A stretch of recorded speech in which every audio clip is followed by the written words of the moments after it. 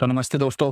आज का जो टॉपिक रहने वाला है अपना, जो आज हम टॉपिक कवर करने वाले हैं वो लेवरेज और मार्जिन का करने वाले हैं। जैसे कि आपको पता ही है, एज़ अ बिगिनर लोग लेवरेज और मार्जिन में बहुत ज़्यादा कन्फ्यूज़ हो जाते हैं कि मार्जिन क्या होता है और लेवरेज क्या होता है। कुछ-कुछ यूट्यूबर मार्जिन और लेवरेज को एक जैसे ही बताते हैं कि मार्जिन और लेवरेज सेम ही होता है, ये दोनों एक्यूरेट कुछ भी बोल सकते हैं, जैसे लेवरेज भी बोल सकते हैं, मार्जिन भी बोल सकते हैं इन दोनों को, बट ये ऐसा नहीं होता। मार्जिन और लेवरेज दोनों अपोज़िट होते हैं। ये दोनों बिल्कुल अलग काम करते हैं, एक जैसा काम नहीं करते जैसे कि बहुत सारे यूट्यूबर बता देते हैं। तो आज का टॉपिक हमारा यही होने वाला है, क्योंकि यार देखो अगर आप लोग बेसिक ही नहीं पता कर पाओगे, बेसिक ही नहीं पता होगा आप लोगों को, तो कुछ भी नहीं हो पाएगा। मैंने बोला था पिछली वीडियो, अगली वीडियो मैं पिप्स के ऊपर बनाऊँगा, पिप्स कैलकुलेट कैसे करते हैं। बट मैंने इसलिए नहीं बनाई क्योंकि यार देखो, मैं पिप्स कैलकुलेट करना तो बता दूँगा, बट वो आगे की सीरीज़ का पार्ट है। अगर मैं पहले ही पिप्स कैलकुलेट करना बता दूँगा और आपको ये बेसिक चीज़ें रह जाएगी बाद में, तो आप पिप्स कैलकुलेट करके क्या करोगे? अगर आपको यही नहीं पता होगा कि लेवरेज क्या होता है, एक ब्रोकर लेवरेज कैसे देता है, मार्जिन क्या होती है, यही नहीं पता होगा तो फिर उसके बाद तो आप पिप्स कैलकुलेट करके क्या करोगे? तो इसलिए मैंने ये डिसाइड किया कि आज का टॉपिक जो बनाएँगे वो मार्जिन और लेवरेज के बीच का डिफरेंस बनाएँगे, difference between leverage and margin, जो कि मैंने लिखा भी हुआ है, आपको दिखाई दे रहा होगा। तो बिना कुछ देरी करे हुए चालू करते हैं वीडियो को। और पहले हम जो कवर करते हैं, पहले लेवरेज कवर कर लेते हैं कि एक-एक करके चीज़ें कवर करते हैं। जैसे पहले लेवरेज कवर कर लेते हैं, ये लेवरेज क्या होता है, उसके बाद मार्जिन क्या होता है, इन दोनों में डिफरेंस क्या होता है, ये थर्ड टॉपिक होगा, ठीक है? तो पहला जो हम कवर करने वाले हैं, लेवरेज करने वाले हैं। लेवरेज क्या होता है, मैं आपको बस इतना बता दूँ एक सिंपल भाषा में। लेवरेज जो होता है, आपका ब्रोकर आपको उधार पैसे देता है एक तरीके से। जैसे आपके पास, मैं एक एग्ज़ाम्पल के थ्रू समझा देता हूँ, $100 है, ठीक है? अब आपको 1 लॉट लेना है गोल्ड में। गोल्ड में आपको 1 लॉट लेना है। तो आप ये समझ लो कि 1 लॉट आपका पड़ रहा है $1000 का आपको, ठीक है? $1000 का 1 लॉट पड़ रहा है। तो आपके पास तो $100 ही हैं, तो आप तो $1000 लगा नहीं सकते अगर आपके पास 100 ही हैं तो। तो आपका ब्रोकर आपको लेवरेज देगा, आपका ब्रोकर आपको उधार देगा। आप $1000 का ही ट्रेड लगाओगे, ठीक है? और आप 1 लॉट ले सकते हो। आपके अकाउंट से 1 लॉट का ट्रेड जाएगा, जो कि जैसे जो $900 होंगे ना, आप तो $100 ही लगाओगे। जो $900 होंगे ना, वो आपका ब्रोकर आपको उधार देगा। ठीक है? जो भी आप ब्रोकर यूज़ करते हो, वो आपका ब्रोकर आपको उधार देगा। इसे कहते हैं लेवरेज। ये जो मैं बता रहा हूँ आपको डेफिनिशन, ये एकदम आसान भाषा में बता रहा हूँ, ऐसी कोई कॉम्प्लिकेट नहीं किया मैंने चीज़ें। जो आपका ब्रोकर आपको उधार देगा, इस चीज़ को दिमाग में रख लीजिएगा। जो आपका ब्रोकर आपको उधार देगा ना, जैसे $900 आपको उधार दिए ब्रोकर ने आपको 1 लॉट लेने के लिए। सिंपल सी बात है, अगर आपको पता है कि मार्केट यहाँ से रिवर्स खाएगी और आपने वहाँ ट्रेड लगा दी, तो आप एकदम एक्यूरेट हो, तो आप लेवरेज का यूज़ करते हो ज़्यादातर। जब जब आपको कन्फर्मेशन बिल्कुल सही होती है, तब लेवरेज का यूज़ करते हो। तो यही बताना था मेरे को कि लेवरेज, जब आपका ब्रोकर आपको पैसे उधार दे रहा है ना, आपका ब्रोकर आपको एक तरीके से समझ लो अनुमति दे रहा है कि आप कम पैसों में ज़्यादा पैसों की ट्रेड लगाओ। वो आपको एक तरीके से अनुमति दे रहा है, कम पैसों में ज़्यादा पैसों की ट्रेड लगाओ, उसे कहते हैं लेवरेज, ठीक है? अगर आप, जैसे कि मैंने लेवरेज का आपको एग्ज़ाम्पल बता ही दिया है, तो लेवरेज सिंपल सी भाषा में यही होता है। बाकी मैं मार्जिन का क्लियर कर देता हूँ कि मार्जिन और लेवरेज सेम नहीं होता। वैसे तो ये दोनों बिल्कुल एक अपोज़िट काम करते हैं। लेवरेज और मार्जिन एकदम अपोज़िट काम करते हैं। बाकी मैं आपको बता दूँ मार्जिन क्या होता है, मार्जिन में भी बहुत लोग कन्फ्यूज़ होते हैं। तो जो आप गोल्ड में 1 लॉट लेने के लिए $1000 चाहिए थे ना आपको, $1000 चाहिए थे, और आपके ब्रोकर ने आपको $900 जो है वो उधार दिए हैं। तो जो $100 आपने जो कैपिटल लगाया ना अपनी तरफ से, आपने जो ट्रेड लगाने के लिए $100 लगाया, वो जो है वो होता है मार्जिन। आप कितना मार्जिन ले रहे हो, $100 आपने लगाया, वो आपका मार्जिन है, आपका इनिशियल कैपिटल। इनिशियल जो कैपिटल होता है ना आपका, अरे यार मेरा माउस भी ढंग से नहीं चल रहा। इनिशियल कैपिटल जो होता है वो आपका मार्जिन होता है। जैसे जितना आप लगा रहे हो, अगर मेरे पे $10 है, बाय चांस मान लो, मेरे पे $10 है और मेरे को $100 की ट्रेड लगानी है, ठीक है? मेरे ब्रोकर ने मेरे को लेवरेज दिया, आगे के $90 मेरे ब्रोकर ने भरे, ठीक है? बट जो मैंने लगाया $10, वो क्या हो गया मेरा? वो मार्जिन हो गया मेरा। अब आप सिंपल सी चीज़ बताओ, लेवरेज और मार्जिन एकदम एक साथ काम करने वाले, फिर लेवरेज मार्जिन को लेवरेज भी बोल सकते हैं, लेवरेज को मार्जिन भी बोल सकते हैं, ऐसे कैसे हो सकता है? जब लेवरेज का काम बिल्कुल अलग है और मार्जिन का काम बिल्कुल अलग है। मार्जिन का कुछ काम नहीं है, मार्जिन जो होता है वो आपका इनिशियल कैपिटल होता है बेसिकली।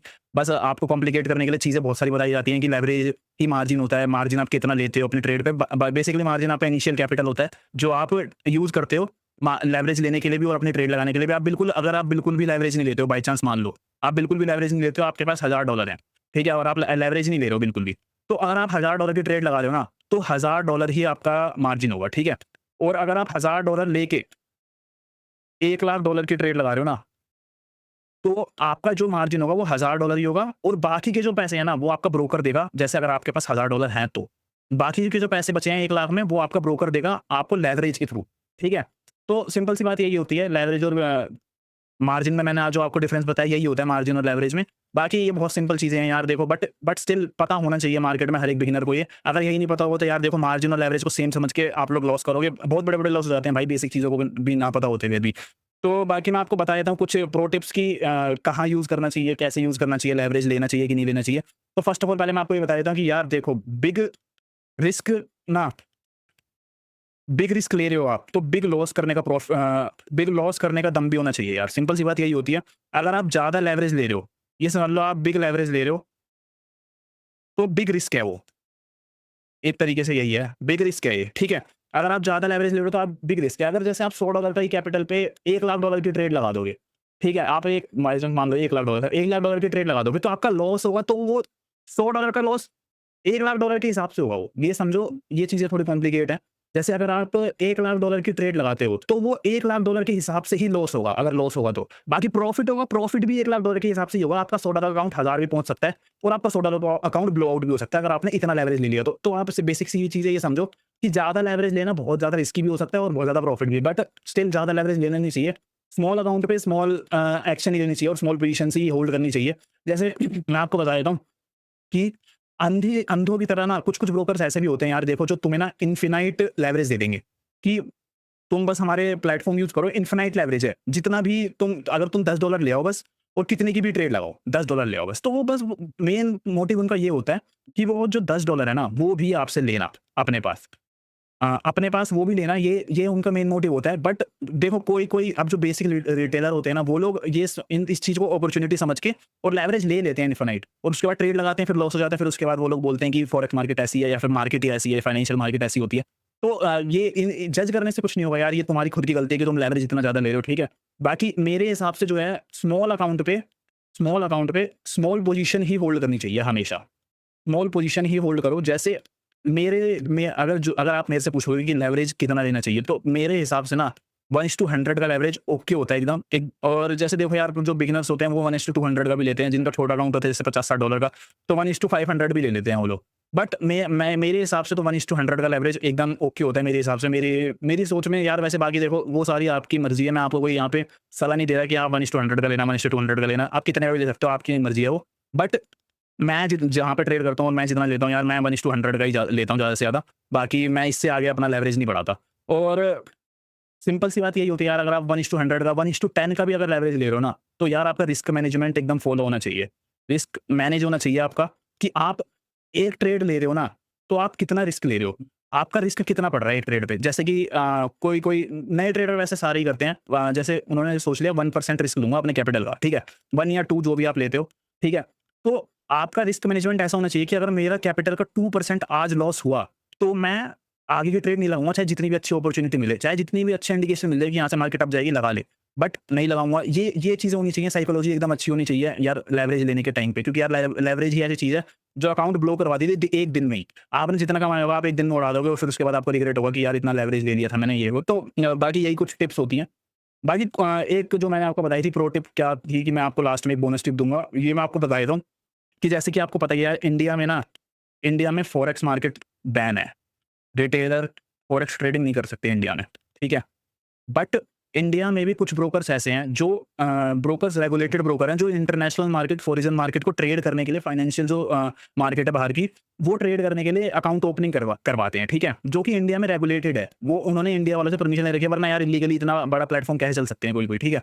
तो वो भी ब्रोकर्स होते हैं, जैसे कि मैं आपको बता दूँ कि बट आपको उन ब्रोकर पे भी ट्रेड करने के लिए यार बहुत रिसर्च करनी पड़ेगी, क्योंकि यार देखो, आप अगर कोई बाज़ार में सामान लेने जाते हो तो वो 1000 का मिलता है, तो आप उसमें भी बार्गेन करते हो कितनी। तो सिंपल सी चीज़ यही है कि यार आप किसी चीज़ में अपना पैसा डाल रहे हो, कहीं पे आप अपना इन्वेस्ट कर रहे हो, तो आप उस चीज़ पे रिसर्च ही नहीं कर रहे हो, तो यार भाई फिर आप छोड़ दो भाई, ट्रेडिंग कुछ भी नहीं होगा। तो मैं बस इतना बता रहा हूँ कि आपको उन पे कुछ रिसर्च भी करनी पड़ती है भाई। आप किसी को एक तरीके से पैसा दे रहे हो आप, आपको पता भी नहीं है वो बना के देगा कि नहीं देगा, तो आप बस किसी को पैसा दे रहे हो, ठीक है? तो फर्स्ट ऑफ ऑल आपको क्या चीज़ें करनी होती हैं, इसके 2-3 कुछ पॉइंट्स हैं जो आपको करना पड़ता है, ठीक है? रिसर्च करो कम से कम, ट्रस्टेड ब्रोकर होना चाहिए। ट्रस्टेड ब्रोकर पता करने के लिए क्या करना पड़ता है, कम से कम जो ब्रोकर आप जो ब्रोकर चूज़ कर रहे हो, उसको कम से कम 10 साल से भी ज़्यादा हिस्ट्री होनी चाहिए इंडिया में, कि उसने इंडिया में काम किया है, इंडिया में पे आउट दिए हैं। 10 साल तो कम से कम यार होना ही चाहिए कि उसका नेगेटिव रिव्यू नहीं है, और वो लोगों को पे आउट दे रहा है। पे आउट अप्लाई करने के बाद लोगों को पे आउट दे रहा है, क्योंकि यार देखो, बहुत सारी चीज़ें ऐसी हो जाती हैं जब ब्रोकर भाग जाते हैं। वो भाग जाते हैं और पैसा इंडिया वालों को चला जाता है। इंडिया वालों ने इतना ट्रस्ट करके पैसा डाला होता है और वो चला जाता है यार इंडिया वालों का। तो फर्स्ट ऑफ ऑल 10 साल तो कम से कम मार्केट में होना चाहिए उसे इंडिया की। ताकि यार देखो 10 साल अगर मार्केट में बंदा टिका होगा ना, तो भाई वो किसी रीज़न से टिका होगा, उसने कुछ तो पहुँच होएगी उसमें, जो वो टिका है, ठीक है, 10 साल मार्केट में। तो आपको सबसे पहले तो यही देखना है, एक ट्रस्टेड ब्रोकर ढूँढना है और उसके कुछ जो रेगुलेशंस होते हैं, यार देखो सिंपल सी बात है, इंडिया में अगर वो कर रहा है तो एक तरीके से इल्लीगल है, बट उसने अगर कुछ परमिशंस लिए हैं, तो रेगुलेशंस, रूल्स और रेगुलेशंस भी बहुत ज़्यादा होंगे, ठीक है? टर्म्स कंडीशंस, आपको टर्म्स एंड कंडीशंस अच्छे से पढ़नी है कि यार आप बाद में आप अपना पैसा डाल रहे हो, बाद में आपको कुछ टर्म्स एंड कंडीशंस आ रही है सामने, तो भाई फिर फ़ायदा नहीं है ना, क्योंकि आपने तो अपना पैसा डाल दिया उसके अंदर। अगर आप उसको बाहर भी निकाल लेते हो बाय चांस, मान लो कोई नहीं, बट आपका टैक्स वगैरह इतना कट जाएगा कि फिर आप लॉस में ही निकलोगे। तो टर्म्स एंड कंडीशंस आपको फर्स्ट ऑफ ऑल पढ़नी चाहिए, जैसे कि 3-4 होती हैं, एफसीए, मेरे को कुछ के नाम याद आ रहे हैं अभी, और एएसआईसी। बाकी आपको अगर रूल्स पे भी और टर्म्स एंड कंडीशंस पे भी डिटेल वीडियो चाहिए तो मैं बना दूँगा, आप कमेंट मारना कि इस पे भी वीडियो चाहिए, क्योंकि यार ये चीज़ें समझना बहुत मुश्किल होती है, ठीक है? As a beginner. बाकी आपको अगर कोई भी आप अगर स्टार्ट कर रहे हो फॉरेक्स ट्रेडिंग, तो अगर आपको कोई भी ब्रोकर लग रहा है कि हाँ, चलो इसने 10 साल भी गुज़ार लिए हैं, उसके बाद 10 साल इंडिया मार्केट में काम भी किया है, उसके बाद इसके टर्म्स कंडीशंस भी आपने पढ़ लिया है। तो आपको अगर उस पे स्टार्ट करना है, तो फर्स्ट ऑफ ऑल आपको डेमो अकाउंट पे स्टार्ट करना करना चाहिए उस पे। आपको सीधा अपना रियल मनी नहीं डालना चाहिए, चाहे आप कितना ही प्रो हो। अगर आप कोई अगर आप कोई नया ब्रोकर स्टार्ट कर रहे हो ना, तो आपको उसमें डेमो अकाउंट से स्टार्ट करना चाहिए। क्यों? क्योंकि यार आपको अगर देखो किसी-किसी ब्रोकर में चार्ट जो है ना बहुत लैग करते हैं। न्यूज़ के टाइम पे चार्ट लैग करने लग जाते हैं, स्प्रेड इतना लगने लग जाता है, वो टर्म्स एंड कंडीशंस में नहीं लिखा होता, ठीक है? तो आपको पहले डेमो अकाउंट पे ट्रेड करके देखना चाहिए कि डेमो अकाउंट पे ट्रेड कैसी लग रही है, कैसी पंच हो रही है, स्प्रेड ज़्यादा तो नहीं लग रहा, क्योंकि यार देखो स्प्रेड का ही सारा गेम होता है। आपने ट्रेड लगाई और आपकी ट्रेड ही 100 पिप ऊपर लग रही है, तो फिर क्या फ़ायदा? आप ये बताओ कि फिर आप क्या कमाओगे अगर आपकी ट्रेड ही 100 पिप 200 पिप ऊपर लगेगी? न्यूज़ के टाइम पे ऐसा होता है वैसे तो। बट आपको कम से कम 1 महीना डेमो ट्रेड करनी चाहिए उस अकाउंट पे, डेमो ट्रेड करो, उस अकाउंट को देखो, उस ब्रोकर को देखो कि वो कैसा बिहेव कर रहा है, उसके रिव्यूज़ पढ़ो, ठीक है? फर्स्ट ऑफ ऑल यही यही चीज़ होती है, बाकी तो यार सबसे मेन चीज़ होती है आपको उसका हिस्ट्री चेक करना चाहिए कि वो कितने टाइम से काम कर रहा है यहाँ पे, कम से कम 10 साल तो होना ही चाहिए यार। बाकी आपको ब्रोकर पता करना है कि कौन-सा ब्रोकर यूज़ करना सबसे सही रहेगा, तो वो भी बता दूँगा आने वाली वीडियोज़ में। बाकी आपको अगर रूल्स के ऊपर वीडियो चाहिए तो वो भी बता देना, वो भी बना दूँगा। और अगर आपको ये वीडियो यार हेल्पफुल लगी तो फिर सब्सक्राइब करना, ताकि आगे की नई वीडियो आपके पास सबसे पहले नोटिफ़िकेशन जाए उसकी। बाकी यार देखो मैंने आपको बोनस टिप भी बता दी इसमें, और लेवरेज और मार्जिन में क्या डिफरेंस होता है, ये भी बता दिया। अगर आपको इसमें भी कोई डाउट होएगा तो फिर कमेंट करना यार, मैं कमेंट का रिप्लाई दे दूँगा, और आपका कमेंट पिन भी कर दूँगा, ताकि दूसरों को भी हेल्प मिल जाए जो मैंने आपको सॉल्यूशन बताया हुआ उससे।